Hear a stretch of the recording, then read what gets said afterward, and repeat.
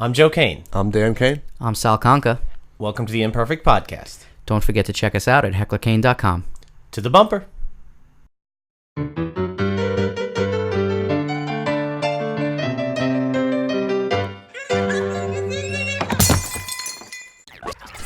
In the news. This week in the world of comics, Dolph Lundgren stars as Big Bad in Russian flashback sequences in the next season of Arrow. This is the 5th season and should mark the end of Oliver's flashbacks from his missing time in the series. We also see a return of Gorilla Grodd in the new season of Flash. It has been confirmed that there will be a 2-part episode featuring Gorilla City. They have also confirmed a 2-part crossover episode with Supergirl and The Flash. More on the comic book TV series front. Gotham has cast Benedict Samuel as the Mad Hatter. He will appear in the 3rd episode of Season 3, and Samuel will be a season regular. On the topic of casting, IGN reports that Legends of Tomorrow has cast Sarah Gray as Stargirl. Gray is also set to appear in the upcoming Power Rangers movie. Well, Sal, I think you got your wish. It looks like there won't be any sequels for the new Ghostbuster reboot. The unfortunate box office numbers left the series $75 million in the hole. That's the news. Suicide Squad in review. So last week we went out and we saw the Suicide Squad movie that we were all excited about coming out for a while, and we had heard a lot of bad things about it.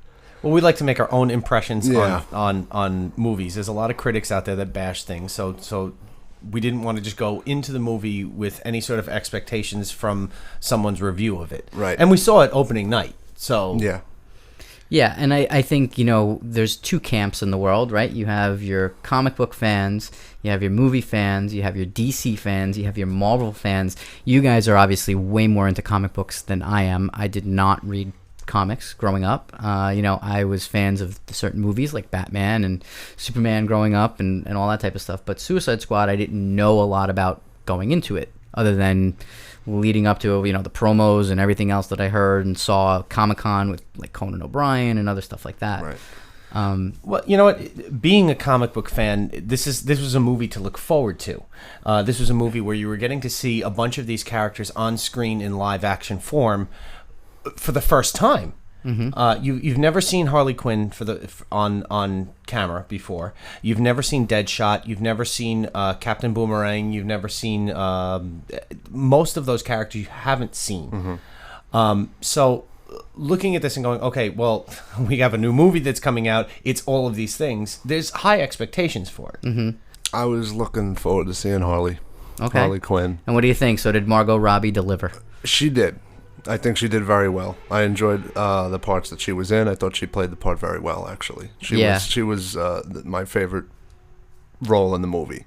Yeah, I actually did. Silly me. I sometimes, actors, you see them on screen and you forget, like, making the correlation. I mean, I actually loved her in Wolf of Wall Street. Mm-hmm. That's how I knew her first. And I the whole time, I couldn't figure out. I knew I had heard that damn accent somewhere before. And she was using pretty much the same Long Island accent from Wolf of Wall Street as Harley Quinn. Now, I thought she was still brilliant in the role. I thought she was the best thing, and that's just not a guy's perspective on seeing a great ass on screen. Yeah, well, she was the best thing about that movie. Mm-hmm. She was absolutely the quintessential Harley Quinn. She got a lot of the quips in that were well done, and sometimes it's hard to translate a comic or a cartoon into reality, and being able to deliver certain lines like the Puddin' lines and some of the other lines that she did are difficult to do as an actor. And let's put it this way, I mean, that character in itself had to be played by somebody who's a little off their nut. Like, you know what I mean? I mean, it was not a straightforward character. I mean, if you looked at like Deadshot, Will Smith was Will Smith, and I think that was part of the problem. Yeah. He didn't really make a character out of it. I've seen Will Smith deliver those lines in other movies. Other movies. I enjoyed them, but it was just Will Smith. You know what I mean? It was Will Smith. It was the same character he played when he first started out on the big screen in Independence Day so many years ago. It was Hancock again. It was Hancock again. I wasn't that thrilled. I mean, the writing for him. and I don't know if his lines were improv and that was Will being Will, or did the writers write some of those one-liners from? They were cheesy. I mean, not like comic book good cheesy. They were just shit cheese. Well, let me tell you something. Looking at these characters, there was a whole different thing coming out of these. These were, again, adaptations of something that was on either a cartoon or a piece of paper, and trying to bring these characters to life. So let's kind of do a quick rundown. We got the top two characters there, right. Deadshot and Harley Quinn. Yeah. What do we think of? I'm going to go there. You want to go straight there? Jared Leto's performance as the Joker. This seems to be the big crux. Jared Leto is the biggest letdown of the movie. For me, he was one of the main reasons I think so many people and the critics trampled the movie. I mean, I think the Joker being the most iconic character, right, probably in the movie, because Joker's been portrayed on screen before. I mean, you had Jack Nicholson, you had Heath Ledger. 5 or 10 minutes into the movie, I had never missed Heath Ledger so much in my entire life. Thank you guys, though, for reminding me after the film, like, what a great job Jack Nicholson did at it. And, Jared just didn't deliver for me. I know he didn't deliver for a lot of people. I mean, what do you guys think? No. Not really. He didn't deliver it. But, I mean, you had pointed out before when we were talking that he wasn't in enough of the movie to really get a full feel, which is okay, but I didn't really enjoy... And you know what a big thing for me is? Getting the laugh right. And I didn't like his laugh, I guess, and that's a big part of being the Joker, is getting that laugh right. You know what I mean? Okay, well, let me ask you something. Did we see enough of him to actually put a good judgment out there of how he portrayed the character? Probably not. I mean, he had a couple of big moments in the movie. He did, absolutely, but I don't think anything was as crucial as what would be like a solo Batman movie where he would be the villain. No, it was clearly, it was a subplot between the love story of Harley Quinn and the Joker that ran through the movie. Right. Harley Quinn's part was way bigger, obviously. I think the rumor, or it may have been confirmed if we read some of the news stories, but a lot of Jared Leto's scenes ended up on the cutting room floor. There was more footage in it. I'm curious to see, like, when the DVD comes out, if they're going to put out those type of things onto the DVD and say, hey, well, here's what you missed. Yep. Well, let's go. You know what? I one more thing is that I get that Joker's supposed to care about Harley, but I almost felt like he cared too much. Like, Joker is not supposed to feel that much.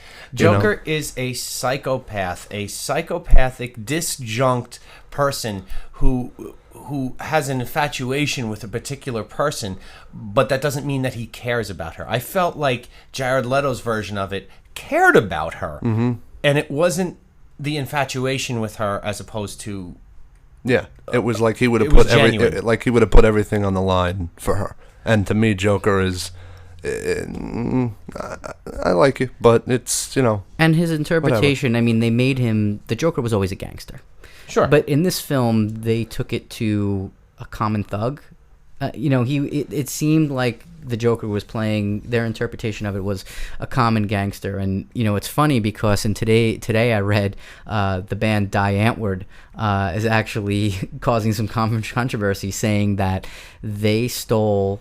Die Antwoord's personality or look, likeness, image, likeness for the movie to create the Joker and Harley Quinn, which is pretty ridiculous no matter how you look at it. But I mean, if you don't know who Die Antwoord is, go check them out on YouTube. They also did a movie. They're from South Africa. They're a South African rap group who actually did a movie called Chappie, and it's perfect for Saturday rainy afternoon if you got some time to kill. So what other characters do we think had some validity? Amanda Waller. Amanda Waller was played by Viola Davis. She was definitely a strong character. Yeah. She showed us a side of Amanda Waller that we've never seen before. Yeah. Yeah. Well, Viola Davis is a great actress. Yes, absolutely. She absolutely is. And I enjoyed her role. As far as the Suicide Squad, that after Harley, the person I probably enjoyed the next after that was Diablo. I enjoyed him in the movie. Diablo was probably had the biggest arc in the whole story.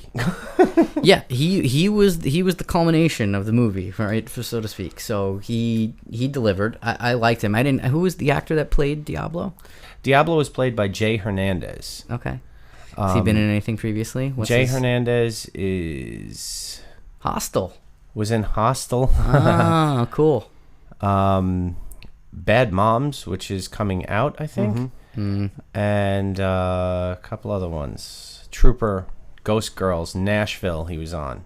That's probably where I would recognize. I know him from Hostel. He played one of the kids. Yeah, there you as go. soon as they said that, I'm thinking. I mean, it's hard because his face is all tattooed up. Yeah. You know, as Diablo, and so you can't really get a good look at his face. But he did a great job. I think he did a great Yeah. job as Diablo. His character had some depth. He was kind of one of the bad guys that was conflicted with being good or bad, or keeping his powers at bay because he didn't want to do bad anymore. I mean, basically, right? I mean, we can give away spoilers. I mean, you find out, he killed his whole family and Right. because of his powers. So I thought it was a great character. Yeah. He had a great story arc. That was just Yep. period. He had a great story arc, and it was surprising in the end what happened, and he turns into one of these celestial beings that were on the end.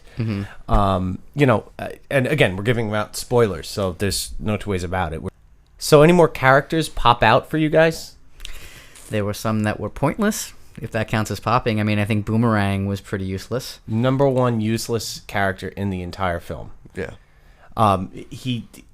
There was no reason for him to be there. If he was not in the film, there would have been no difference to the film, and it would have been one less thing to try to keep track of. Right. I thought Dan loved his Boomerang drone so much. Yeah, well, that was his one point, but I guess it wasn't totally necessary when he threw the boomerang and Yeah. they could see what was going on with Enchantress at the end. And Okay, well, let me ask you something.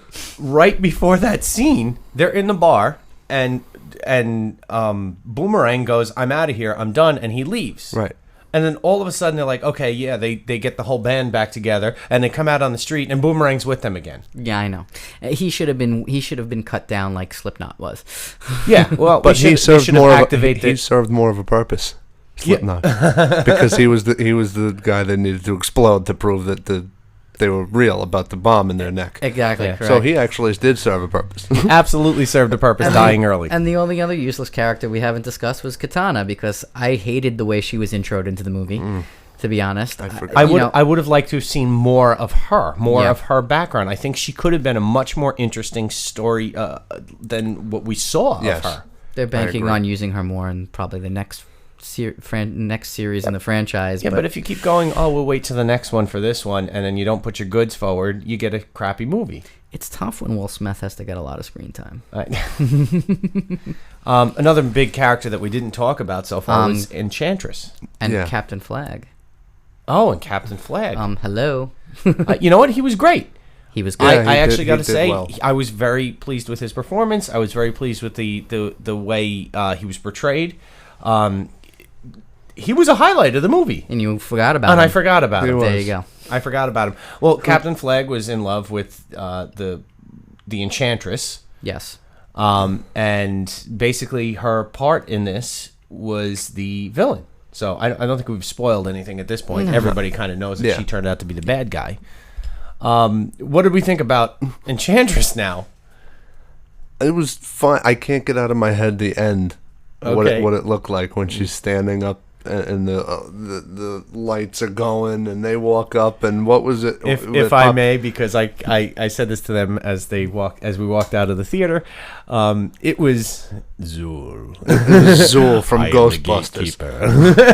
It was the whole scene from Zool. She was up from Ghostbusters.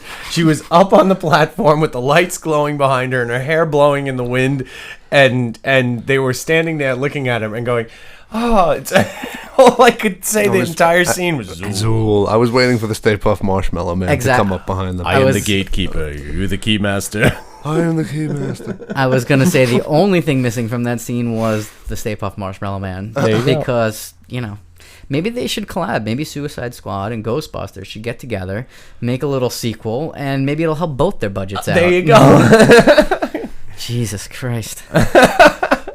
Talking about the storyline, Oh boy. it was a little thin. to me, we've seen this 100 times. We've seen, you have a deserted city and you have a team of riffraff that they put together and they have to get from point A to point B in the deserted city to stop whatever the big bad is. Mm-hmm. That's kind of the entire plot line of this movie. Mm-hmm. To me, that's not well written. This it was difficult. I mean, you had, I don't know, how many characters are in the Suicide Squad? 8? Is it 8 or 10? Yeah, I don't know. Somebody count on their fingers. But it's like you got all these characters, right? So you had to have all these. I'll use Wayne's line, establishing shots to intro all these characters for an audience like myself that doesn't read the comics, right? So you had the main characters got all of this upfront introduction, backstory, and BS, right? So that cut up and used but a lot of the movie just to intro and introduce each character took up big chunks of the movie, and no way around it. But I think the way they did it in such silos. And then there were certain characters like Katana, who I mentioned, she wasn't included in part of that, and some characters were just slipped in, and so it's just you had a very a mismatch of how some characters were introduced, and it showed throughout the rest of the story too, because they skipped over, I think, a lot of things. They took for granted that the audience would believe in a lot of things. Well, let's just say, even if you are a comic book fan, you don't necessarily know every one of these characters. Right. Mm-hmm. You may not know specifically Suicide Squad in the comic books. You may know, okay, Harley Quinn and the Joker, and I think most people these days know them. Mm-hmm. And you go, okay, I come to see it for this, and then where did these other characters come from? Right. But I felt like in the beginning when they were listing it, I felt like it was a video game. Yes. Like when they listed the category, there was I forget what it was. There was a Batman video game where you went and clicked on the character, and it was everything listed exactly the way that I know that Viola Davis was explaining the characters, like Alias or whatever it was. It seemed I think it was purposeful. I mean, I think they tried to pull from that a little, probably so they already had their liners set up for the video game that they're going to try to make from this movie. There you go. So they didn't even have to re-record it. I know. I think it was purposeful that it was like video game-esque. Yeah. Whether you like that or not, All right, well, let me tell you something. 2014, I don't think either of you have seen this. There was a cartoon out there called Batman Assault on Arkham. And basically the idea was, it was the Suicide Squad. It was the first real cartoon movie that was put together about the Suicide Squad. The storyline in there was basically that Harley Quinn, they assembled the team. Amanda Waller assembled the team. She blew off somebody's head. Just a lot of the same attributes that we had on here. And then Deadshot and Harley Quinn actually fall in love. And then you have the conflict is that the Joker is coming back now. And the Joker is involved with this. And the storyline was 1,000 times better than the big blockbuster movie we just saw. Right. So you're saying they should have used that storyline? They should have absolutely used the storyline from Assault on Arkham. And if you haven't checked it out, check it out. It's on, I think it's on Netflix. Yeah, we'll leave a link. We'll leave a link on the site. And, Batman Assault on Arkham, 2014 came out and hit the storyline right on the head. And then we do it how many years later, and they miss it. Yeah. Well, a lot easier with a comic or an animated series than an animated feature than a full screen feature. All right, you're gonna get judged on the reality of the characters and how they function. But you know what? The story still has to be there, intact. Mm-hmm. Yep. We didn't have a story in this. There was no story. Yeah, I mean, it was so thin. I mean, you had the Enchantress and her brother who create the big bad, because basically the brother is trying to save the sister, and they have his sister, the Enchantress, because they have her heart. Yeah. Right? So they're controlling her power because they have her heart. And the brother comes to try to rescue her. Well, you want to get really into comic books with this? The Enchantress back in comic books, the Enchantress was possessed by another entity. And then another entity was the brother, had the brother. And then that was why that happened. But they just said it was the Enchantress's brother. Mm-hmm. Like, the Enchantress played a bigger role in the Suicide Squad as opposed to specifically just going, okay, she's here to be the big bad. Gotcha. So, they're changing things and they're doing it. I get it. And I get that they use that character. they should have watched this other movie first. Maybe somebody did and they just didn't care. Yeah, well, But overall, I was disappointed. I looked forward to this movie, and it just didn't do it for me. I think I'd have to say, as far as the summer blockbusters go, that Marvel won the summer. I mean, Oh, yeah. Civil War by far, but I also would rank the X-Men movie higher than Suicide Squad or Batman vs. Superman. So. Yeah, I mean, if you just go through, if you go to Google and type in Suicide Squad, the amount of disparaging news is terrible, right? Post Suicide Squad, the characters are its greatest strength and weakness. How Warner Brothers can recover from suicide and save the DC cinematic universe, meaning it's in, dire straits. Hollywood has ruined method acting, and it's a direct correlation to Jared Leto's interpretation of the Joker. You got the stylist fakery of Suicide Squad, and last but not least, you got Suicide Squad shows why Marvel's movie universe works and DC's does not. there goes your comment. And that's harsh. Yeah. I mean, if you pit, DC versus Marvel, you got a lot of people on the Marvel side who are jumping for joy. Yeah, just a lot of things went wrong with this film. There's no two ways about it. Yeah. I think we're all in the same boat about the outcome on that. Yeah, none of us walked out of there feeling like, oh my God, it was the greatest thing I've ever seen. Nobody. Well, let me ask you: know. is it the high expectations that we had going in? Because I mean, we all heard about the getting bashed by critics and everything before the movie came out. Yeah, on last week's show, we talked about the Rotten Tomatoes issue where the diehard fans of Suicide Squad were crying that, the Rotten Tomatoes critics got it wrong. That this is a fan movie. It's still fun. You don't know what you guys are talking about. I mean, we're fans. I mean, we happen to be filmmakers at the same time, but we're fans, and it was disappointing. Yeah, I still went in. I always try to go in and form my own opinion and not listen to it. So I still went in with high expectation. So, I mean, there's other elements as filmmakers. I think we pick apart things like the soundtrack, the cinematography, and some other elements. So, let me get right into the soundtrack if I could jump on your by all means, speech there. By all means, the soundtrack, we had hit after hit after hit of like poppy songs right in the beginning, and it was like, to me, it was every shot was a different song. Yeah. And it was so distracting. It was. That was the problem for me. It felt like every 2 minutes there was a new song. Yeah, it so was just too much song after song. It wasn't that the songs were a problem, but it was just one after the other and for a while in the beginning, and it was just like, what? And I think you said it best. The songs, because they were so popular, they took you out of the movie for a minute. So because you were just like starting to hum along to the song. I mean, you had Eminem's "Without Me." You had I know there was Rolling Stones in there. There was Jack White. Was that Seven Nation Army came in there? Yeah. Dum, dum, dum, dum, dum, dum, which is at every sporting event ever now. And it's not on the soundtrack though. No, but it wasn't even that the songs were bad, and I'm not bashing the songs. It was just that they were one after the other after the other. Every 30 seconds, the next scene had a new song. It was like, what? Was Bohemian Rhapsody in there? I'm looking at the soundtrack. Yes, it was. Yes. When Harley's hanging in the cage. Oh, Yeah. yeah. Good scene. Yes. It's funny how you can not like a movie so much, but like you think back, there were definitely some good, there's definitely watchable scenes in there. It's just it didn't come together as a whole. All right. Well, right. We wanted to talk a little bit about the cinematography. Yep. There's some really beautiful shots in there. Thinking about the Harley Quinn scene there, with her hanging in the cage, the lights that were coming through, the visuals that they were capturing with that.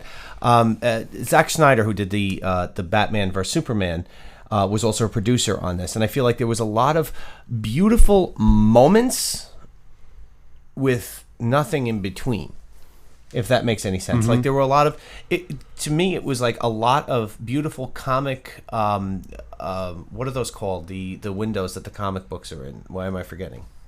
Visuals, do you want to say? Visuals. Okay. Pulled right out of the comics panels, the comic panels. And it was like they took shot after shot after shot was comic panels, and that's what Zack Snyder did with Batman vs Superman. You saw those comic panels that came out, and I feel like they tried to do it, and they got some really beautiful moments, but the rest of the movie was like really dark and drab, like you couldn't see anything. Yeah.